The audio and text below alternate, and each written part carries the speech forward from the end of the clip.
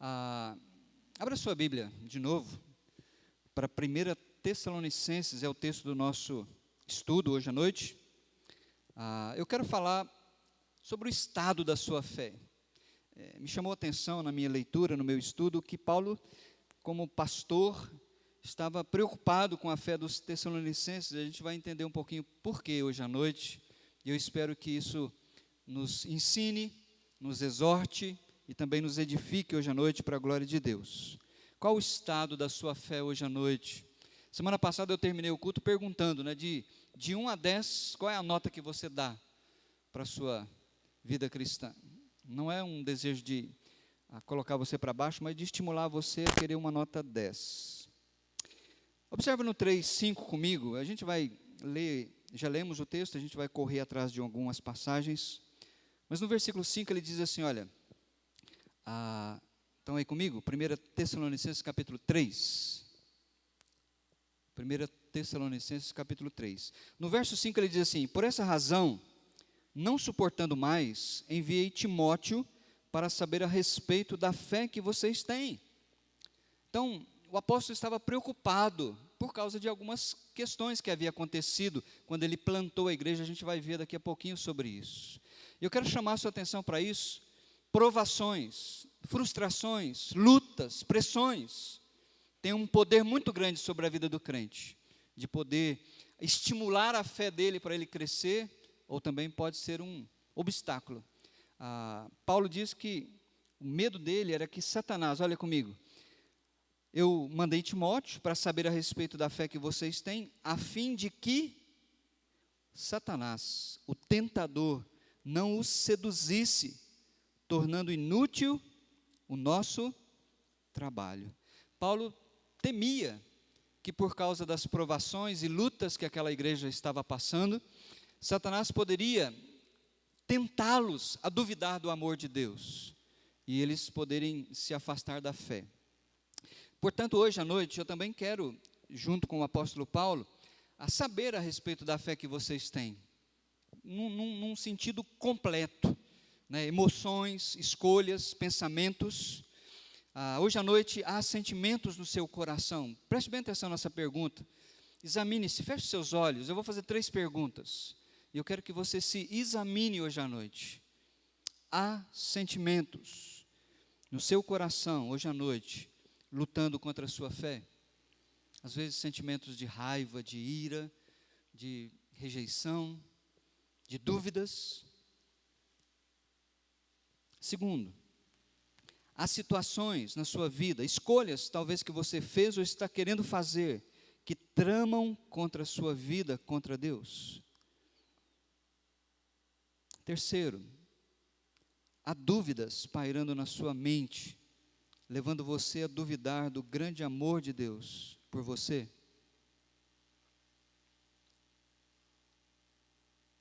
Paulo estava interessado em saber a respeito da fé. Não pensa que Satanás vai te derrubar dando uma rasteira. A coisa é gradativa, é conta-gotas, é um serviço, é homeopatia, é homeopático. São 3 comprimidos de 3 em 3 horas. Aí você fica tão preocupado em tomar os comprimidos que esquece da dor. É isso que Satanás quer fazer. Ele quer, de alguma maneira, tornar inútil todo o trabalho que já foi feito na sua vida. Por isso, hoje à noite, eu quero que você seja estimulado a ter uma fé vibrante. Uma fé vibrante é necessária para enfrentar as tribulações. Se você não tem uma fé vibrante, que luta com Deus, que crê que Ele está do seu lado, como nós cantamos hoje à noite, que Ele é capaz de ajudar você, às vezes os seus problemas nem vão sair da sua vida, mas a perspectiva, a maneira como você enfrenta, faz toda a diferença. Por isso, hoje à noite, para que você possa enfrentar as provações de uma maneira vibrante, com uma fé vibrante, eu quero ensinar você, e você precisa se apropriar dessas 3 verdades, que o texto que nós lemos vai nos ensinar hoje à noite. A primeira dessas verdades, eu quero que você fale comigo bem alto. Primeiro, não há vida cristã? Desculpa, de novo. Você precisa entender isso. A vida não tem um sabor de mel.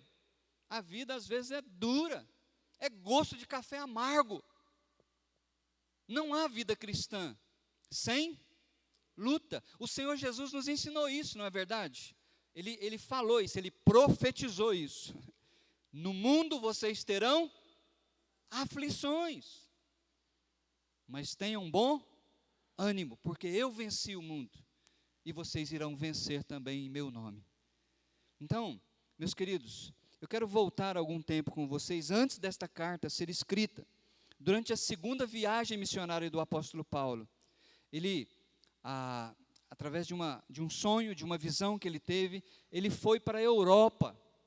Em primeiro lugar, ele foi em Filipos, e de Filipos ele foi para Tessalônica. Então, volta algumas páginas comigo, como se nós estivéssemos voltando no tempo, e você vai lá para Atos, capítulo 17. Atos, capítulo 17. Vamos ver como foi a fundação da igreja lá em Tessalônica.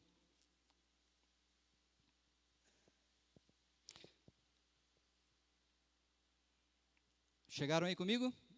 Atos 17. Diz o texto assim, olha: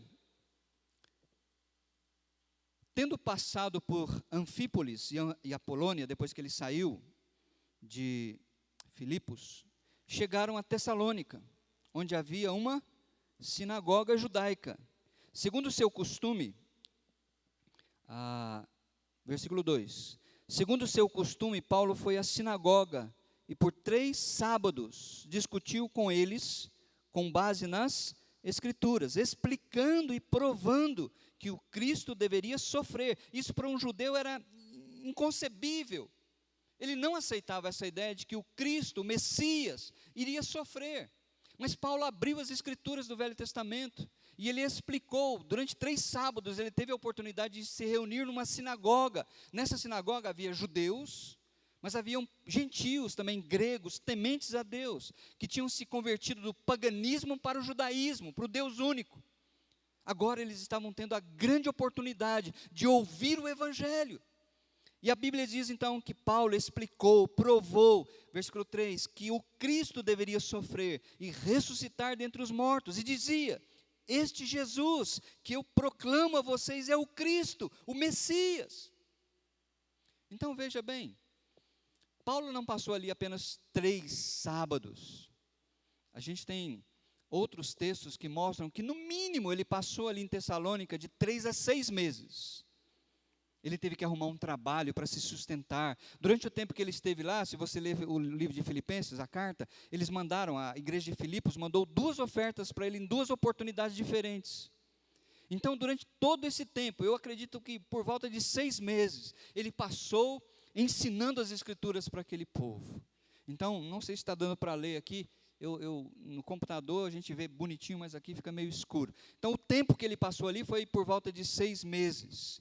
Mas o êxito foi tremendo, eu fiquei maravilhado com isso. Como que o Espírito Santo usou a equipe apostólica para que aqueles judeus e aqueles tementes a Deus se convertessem a Cristo. Olha comigo o versículo 4.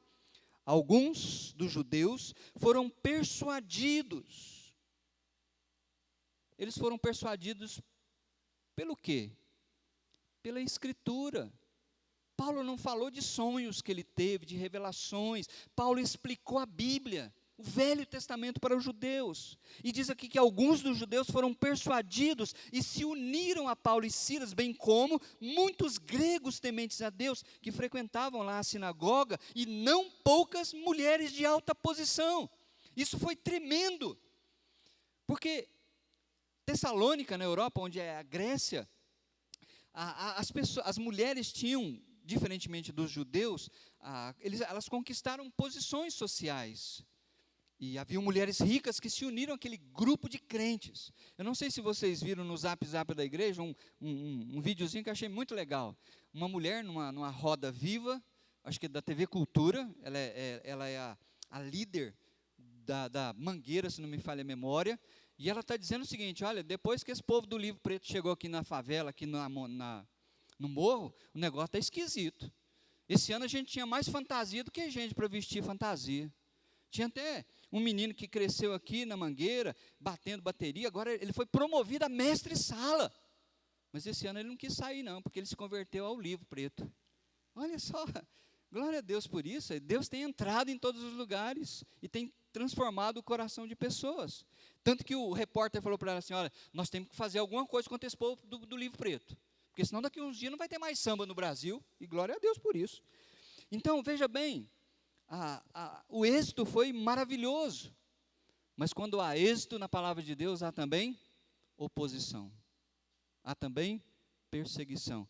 E o versículo 5 fala isso para nós. Olha comigo, do 5 até o 7. Mas os judeus ficaram com inveja, reuniram alguns homens perversos dentre os desocupados, pessoas que ficavam na rua, né?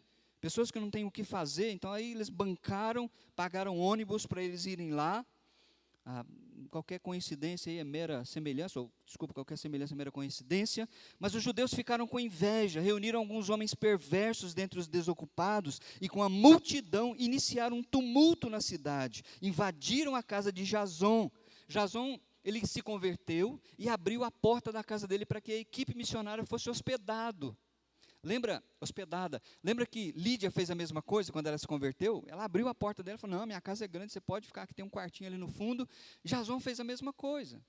E esta turba invadiu a casa de Jason para pegar Paulo. Ele era o cabeça, tinha que destruir o cara. Mas diz assim, iniciaram um tumulto na cidade, invadiram a casa de Jason em busca de Paulo e Silas, a fim de trazê-los para o meio da multidão. Contudo, não o achando, arrastaram Jason e alguns outros irmãos para diante dos oficiais da cidade, gritando, esses homens que têm causado alvoroço por todo o mundo, agora chegaram aqui. Todos eles estão agindo contra os decretos de César. Eles foram acusados de sedição. Eles foram acusados de estar promovendo uma revolta política, anunciando um novo rei, dizendo que existe um outro rei chamado Jesus. Então, meus queridos, fica tranquilo. Não é só você que passa por lutas e provações. E graças a Deus que no Brasil ainda não existe esse tipo de provação, de perseguição física contra a fé. Existe muito tipo de perseguição, mas não essa física. E por último, diz o versículo 8, ouvindo isso, a multidão e os oficiais da cidade ficaram agitados, quando falaram de sedição, tudo, né? Era uma cidade que tinha liderança própria, mas os olhos de Roma estavam voltados para aquela cidade. Então receberam de Jason e dos outros a fiança estipulada, e eles foram soltos. Preste bem atenção nisso, porque eu creio que uma das coisas que Paulo vai falar lá na carta, quando ele diz que tentou visitar a igreja de Tessalônica, mas o diabo, Satanás, impediu. Eu creio que uma das maneiras que o diabo usa, muitas vezes, para o evangelho ser esparramado, é criando leis, através de políticos, impedindo que a palavra de Deus seja proclamada livremente. E por causa dessa perseguição, versículo 10, logo que anoiteceu, os irmãos enviaram Paulo e Silas para Bereia. Então, eles tiveram que fugir dali. Então, primeiro ponto, não há vida cristã sem luta. Então, não chora. Como está sendo tão falado aí, né? Deixa de mimimi. O seu descanso não é aqui, o seu descanso é lá. A única maneira de você não viver provação é dizer, Deus, estou pronto. Como Simeão. Lembra quando Simeão pegou Jesus nos braços lá no templo? Ele falou, Deus, pronto, agora acabou. Estou satisfeito, já vivi o suficiente. Pode me levar para casa. É só você orar assim, que o Papai do Céu talvez antecipa seu tempo. Segundo lugar, segunda verdade, vamos ler comigo? Não há bom ânimo e gratidão sem boas notícias. De novo, não há bom ânimo. O que eu quero dizer com isso? Vamos trabalhar aqui. Eu já falei da fuga, por causa da perseguição, Paulo teve que ir embora, mas ele estava muito preocupado, porque naquela época não tinha zap, não tinha telefone, não tinha computador. Uma vez que ele foi para uma outra cidade, ele ficou como um pastor preocupado com suas ovelhas que haviam recém-convertido a Cristo. Já imaginou? Jason, um líder na cidade, frequentador da sinagoga, nunca foi incomodado por causa da fé dele. O cara se converteu, já o pau quebrou, o neguinho já entrou na casa dele, já bateram nele, já queria prender. Provações. Muita gente chega para mim e fala assim, mas pastor, parece que depois que eu me converti, minha vida piorou. É que antes você era do inimigo, agora você não pertence mais a ele. E ele fica furioso. Ele quer destruir o povo de Deus. A Bíblia diz que o nosso verdadeiro inimigo não é o meu irmão que senta ao meu lado. O verdadeiro inimigo de cada um de nós é Satanás, que anda ao derredor como um leão, um inimigo feroz, querendo nos destruir. Então preste bem atenção. Essas faltas de notícias fizeram com que o apóstolo Paulo se preocupasse com a fé deles. Será que eles estão firmes na fé? Será que eles abandonaram Jesus? Será que eles disseram assim, já que Paulo foi embora, essa equipe, não tem ninguém para liderar a igreja, não tem líderes aqui para pregar, e todo mundo, será que voltou para a sinagoga? Então essa preocupação começou a preocupar o coração do apóstolo. O que ele fez? Volta comigo agora lá para Tessalonicenses, capítulo 3.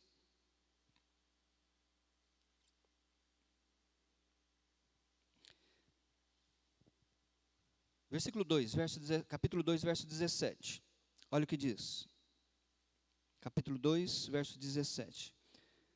Nós, porém, irmãos, privados da companhia de vocês por breve tempo, em pessoa, ou seja, fisicamente nós estamos distantes, espiritualmente nós estamos unidos, mas não no coração. Esforçamo-nos ainda mais para vê-los pessoalmente, pela saudade que temos de vocês. Quisemos visitá-los, eu mesmo, diz o apóstolo Paulo, o quis, e não apenas uma vez, mas duas. Satanás, porém, nos impediu. Como que ele impediu? Eu creio que foi aquilo lá. Quando Jason e os outros irmãos tiveram que pagar uma fiança, eu penso que eles tiveram que assinar um documento para os magistrados da cidade, impedindo o retorno do apóstolo Paulo. Porque na mente deles, se o cabeça não voltasse para Tessalônica, a igreja iria acabar. Então, Paulo disse que ele queria ir, de fato, visitá-los, mas Satanás impediu. Então aí entra uma estratégia do apóstolo Paulo. A igreja, lá em Tessalônica, não conhecia Timóteo, e nem os magistrados conheciam Timóteo. Então, quem que ele enviou? Timóteo. Então, ele envia Timóteo para que saiba o que está acontecendo lá.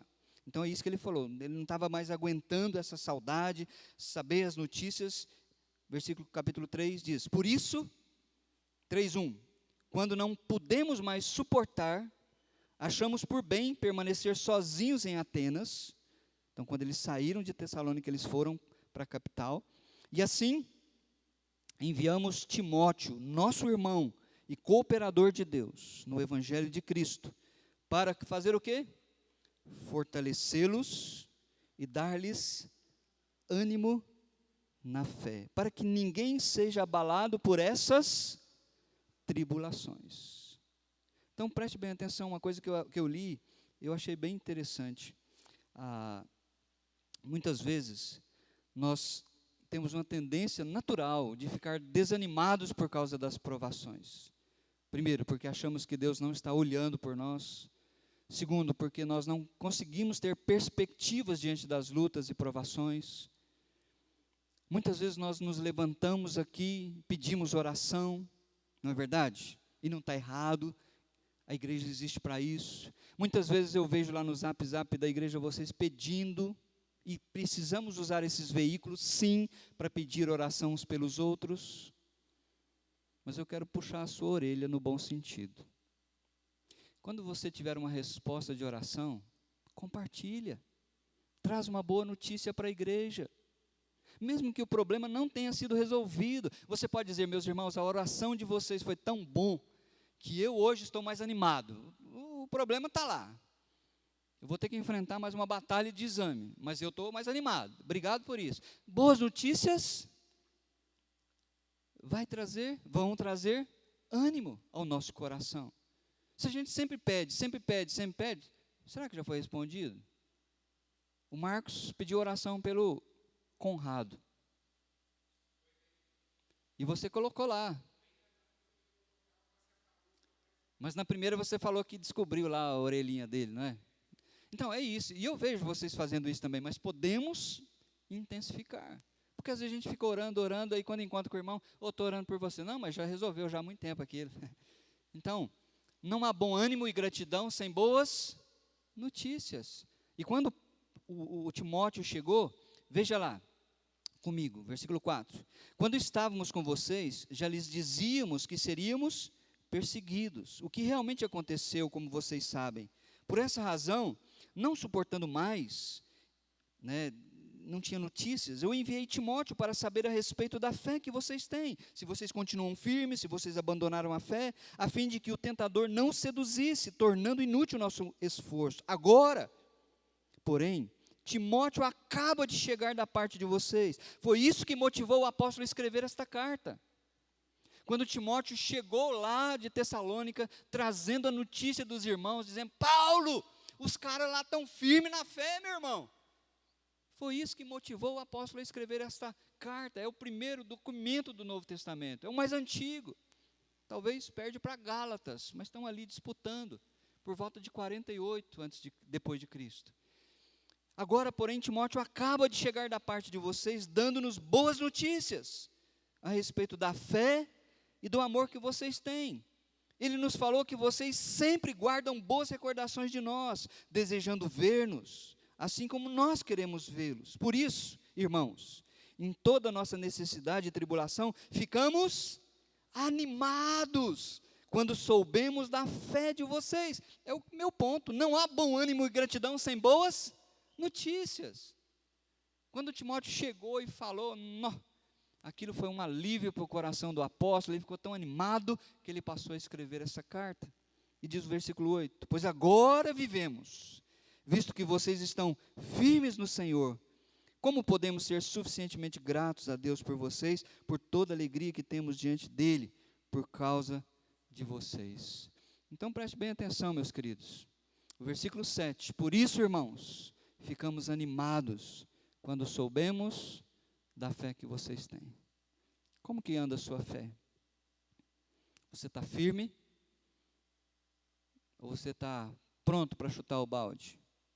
Você confia que Deus ama você independente das circunstâncias? Você está guardando coisas no coração? Coisas na mente? Vamos em frente. Olha o que a Bíblia fala sobre o poder da boa notícia. Vamos ler comigo, Provérbios 15:30. Todo mundo?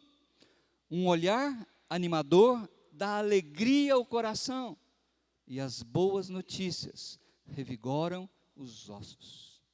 Faz bem para o corpo, faz bem para a alma.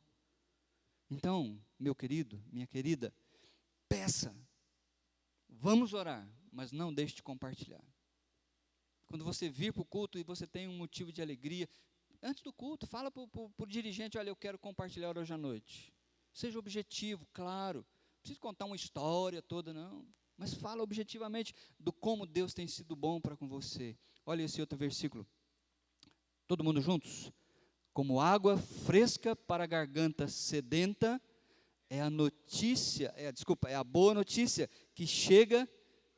Olha, quando a gente está cansado, né, Júnior, depois de um futebolzinho, você toma uma água gostosa. Como é gostoso para o corpo. Mas ele está dizendo, a boa notícia chega de uma terra distante, isso é tão bom para nós. Então faça isso. E Paulo tem ensinado isso para nós hoje à noite. Terceiro e último. Comigo? Não há vitória sem orar. Todo esse tempo que o apóstolo Paulo passou sem notícias da igreja, sem saber se eles estavam firmes ou se eles tinham caído. Ele não foi jogar bola, ele não foi assistir televisão, ele dobrou os seus joelhos e continuamente estava orando, intercedendo pela igreja. É isso que eu vejo aqui no versículo 10. Ele diz, noite e dia, insistimos em orar para que possamos vê-los pessoalmente e suprir o que falta à sua fé. Que o próprio Deus, nosso Pai e nosso Senhor Jesus, preparem o nosso caminho até vocês, que o Senhor faça crescer e transbordar o amor que vocês têm uns para com os outros e para com todos, a exemplo do nosso amor por vocês, que Ele fortaleça o coração de vocês, para serem irrepreensíveis em santidade, diante do nosso Deus e Pai, na vinda do nosso Senhor Jesus, com todos os seus santos. Então, olha aqui, qual era o motivo da oração do apóstolo Paulo? Eram coisas corriqueiras, e você precisa entender isso. Orar, a gente ora por coisas corriqueiras. Eu alistei algumas coisas para explicar para você o que são coisas corriqueiras aqui, né? Paulo, ele falou assim que o desejo dele era ver os crentes de novo e ministrar, para que se eles tivessem alguma deficiência na fé, ele pudesse ajudá-los. Então, você ora pelo seu trabalho, coisa boba, né, orar pelo trabalho, eu vou ter o meu trabalho, vou todo dia trabalhar, mas você ora pelo seu trabalho, você ora pela sua saúde, pelo bem-estar da sua família, dos seus filhos, seu marido, da sua esposa, você ora por prosperidade, por salvação. Você ora pelas viagens que você faz? Já comprei passagem mesmo? Mas coisas bobas. Precisamos aprender a orar por essas coisas. Orar pelo curso bíblico, pelo CAT, para que o professor possa dar uma boa aula, para que os alunos possam receber bem essa boa aula, para que todos possam crescer espiritualmente. Então veja, o motivo da oração de Paulo era muito simples, ele queria ir lá de novo. Segundo lugar, como era a oração de Paulo em favor dos Tessalonicenses? Vocês viram aqui nesse versículo? Como que era? Era constante. Constante. Ele fala dia, noite e dia. E era perseverante. Insistimos. A gente ora pela conversão do marido, uma semana não quer orar mais. Pela conversão da esposa, dos filhos. Oração é algo que precisa ser constante, perseverante. Lembra da história que Jesus contou da mulher que ia lá no fórum todo dia, batia na porta do juiz lá, até que ela foi atendida? Então a oração precisa ser constante, a oração precisa ser perseverante. Para quem Paulo orava? Olha aí, versículo 11. Deus, nosso Pai. Para o crente, Deus não é um juiz. Para o crente, Deus é papai do céu. Ele nos ensinou a orar, Pai nosso. Deus não está lá com flechas querendo punir a gente. Ele é um Pai misericordioso, por isso Ele nos convida a chegar diante do seu trono de graça, de misericórdia. Deus, nosso Pai, e quem mais? Nosso Senhor Jesus, nosso mediador. Nós só podemos chegar a Deus Pai através do Filho. Ele é o nosso mediador. A Bíblia diz que Ele é o nosso advogado. Por isso nós terminamos as nossas orações em nome de... Não é um ponto, não. Você precisa entender isso. Se você fizer suas orações sem esse mediador, tão bum, elas batem no teto e voltam. Mas quando você fala assim, Senhor, Deus, Pai, eu não tenho mérito nenhum de chegar diante do Senhor, de oferecer essas orações, mas eu o faço em nome do teu Filho, o Senhor Jesus Cristo. É isso que significa quando a gente fala em nome de Jesus. Quarto, olha, a objetividade da oração do apóstolo Paulo. Eu fiquei impressionado com isso. Você não precisa explicar para Deus. Olha comigo. Ele estava orando no versículo 11, a Deus Pai, em nome do Senhor Jesus. Em primeiro lugar, pedindo o quê? Preparem o nosso caminho até vocês. Ele queria visitá-los. Haviam leis que estavam impedindo o regresso dele. E ele está orando para que Deus tome conta disso, que dê uma solução para esse problema. Segundo lugar, olha o que ele fala. Versículo 12. Que o Senhor faça crescer. Desculpa, eu peguei errado aqui. O número 1 aqui que eu quero enfatizar está lá no versículo 10. Noite e dia insistimos em orar para que, primeiro, possamos vê-los. Segundo, verso 11, para que Deus possa preparar o nosso caminho até vocês. E terceiro, que o Senhor faça crescer e transbordar o amor que vocês têm. Vocês têm esse amor, mas ele precisa crescer, ele precisa transbordar. E Paulo está dizendo, olha, que esse amor, que só Deus pode fazer isso, né? Quando a gente convive em comunidade, precisamos orar para que Deus faça crescer e transbordar o amor que temos uns para com os outros e para com todos. E ele diz assim, olha, a exemplo do nosso amor por vocês. Paulo deu exemplo do amor dele. Silas deu exemplo do amor de Deus para aquele povo. Esse é o exemplo que nós temos.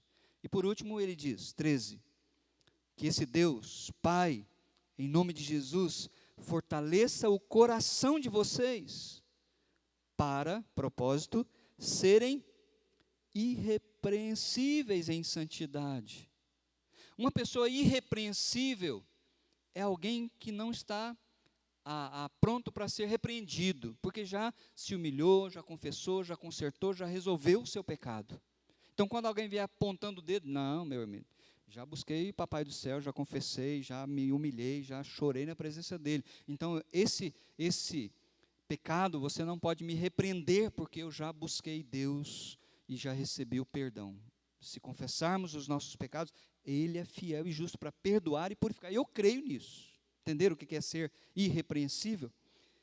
Então ele está dizendo que o desejo do coração dele é que essa igreja fosse irrepreensível em santidade. Tessalônica ficava às margens do mar Egeu. Quem conhece cidade litorânea, Santos, Rio de Janeiro, sabe que o bicho pega imoralmente. Havia na cidade cultos idólatras. Haviam deusas que a maneira de cultuar essas deusas eram verdadeiros bacanais sexuais. Muitas pessoas se converteram e vieram para a igreja.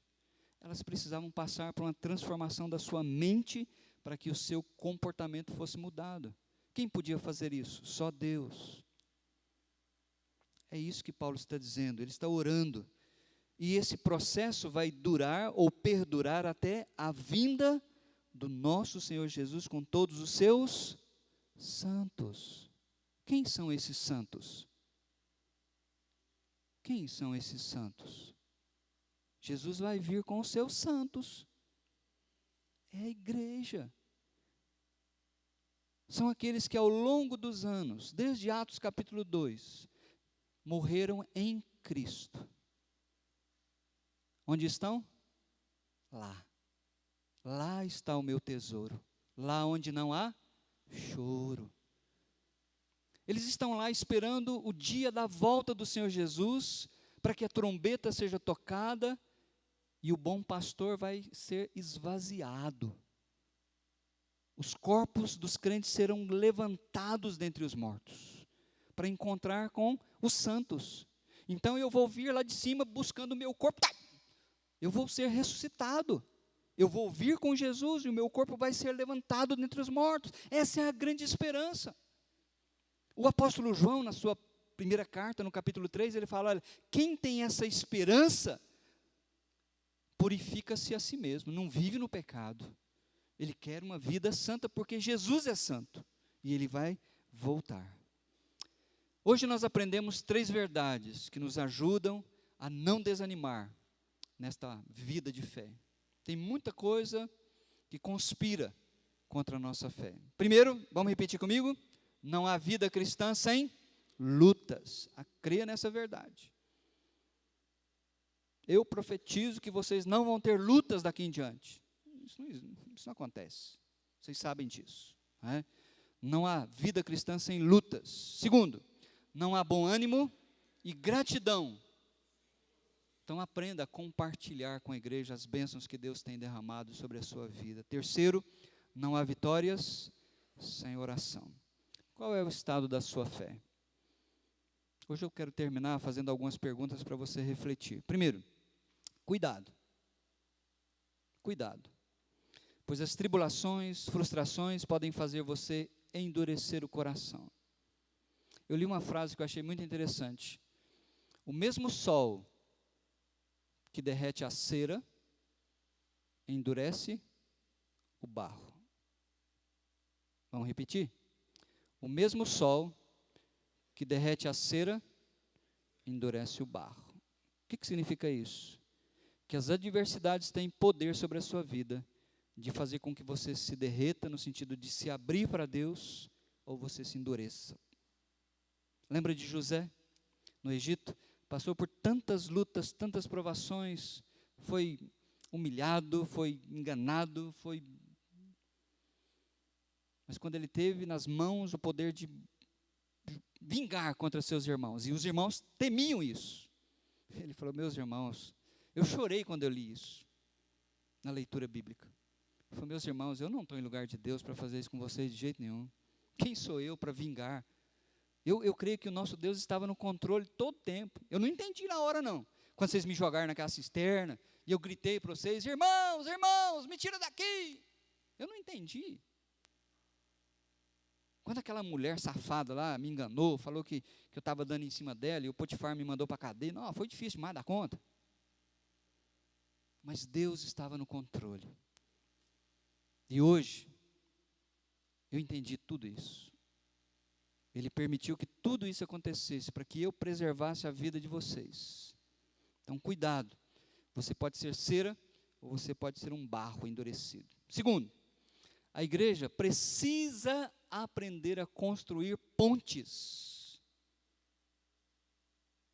não muralhas.